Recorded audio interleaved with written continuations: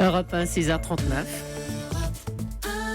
Thomas Soto. Le Made in France, Anissa Mbida, bonjour. Bonjour Thomas, bonjour Julie, bonjour à tous. Ce matin, on découvre du linge basque pas comme les autres, puisqu'il ne se décolore plus au soleil. Oui, comme c'est du linge basque, on part évidemment dans le sud-ouest, à Magesque. Pour vous situer, pour vous situer, c'est entre Osgore et Dax. 64, les non Landes, non Pyrénées-Atlantiques. C'est les 40. C'est les Ah, Landes. c'est les Landes, voilà. C'est un peu au-dessus. Alors la toile basque, on la reconnaît entre mille. C'est celle qui a des larges rayures colorées sur toute sa largeur, la fameuse bayadère.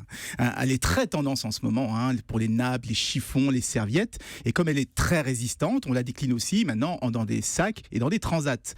Le problème, c'est qu'au soleil, ça finit par décolorer, d'où cette idée de cette entreprise, cette petite entreprise qui s'appelle Artiga, d'utiliser de nouvelles fibres qui, elles, sont teintées dans la masse et qui vont résister aux ultraviolets. Du coup, maintenant c'est quoi, c'est un traitement spécial du tissu? Non, en fait, eux sont des couturiers, donc ils travaillent la toile basque pour créer toutes sortes d'objets. Donc, ils sont allés dans le Pas-de-Calais, dans la Silicon Valley de la toile. Julie se moque de moi parce que je me suis trompé de ligne pour la relance. Voilà.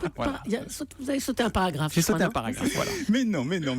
Bon, donc il y a un traitement spécial pour le tissu? Voilà, et donc ils sont partis dans le nord, là où il y a les spécialistes du tissu, du textile technique. Là, ça se passe au côté de Ouescal. Donc ils ont collaboré avec ces spécialistes-là pour mettre au point cette nouvelle toile qui, elle, est capable de résister au soleil, à la pluie et à l'eau de mer. Et donc c'est la preuve qu'on peut allier à la fois tradition et innovation. Bon, maintenant qu'elle résiste à tout, est-ce qu'on va la voir partout, cette toile?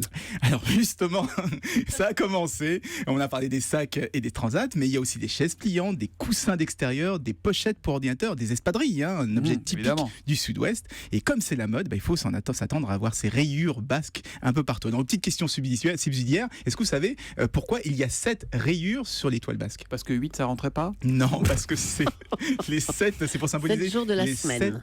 7 provinces basques. 3 françaises, 4 espagnoles. Et à l'origine, plus la rayure était large et plus la famille était riche. Ah d'accord, c'était un marqueur social en fait. Exactement. Même la couleur, c'était la profession aussi. Et ben voilà, une tradition perpétuée par la société Artiga avec ces objets en toile basque qui ne se décolorent pas au soleil. C'est du Made in Sud-Ouest, Made in Land ce matin. Week-end un peu, Je crois un peu. Merci Alice, à lundi matin.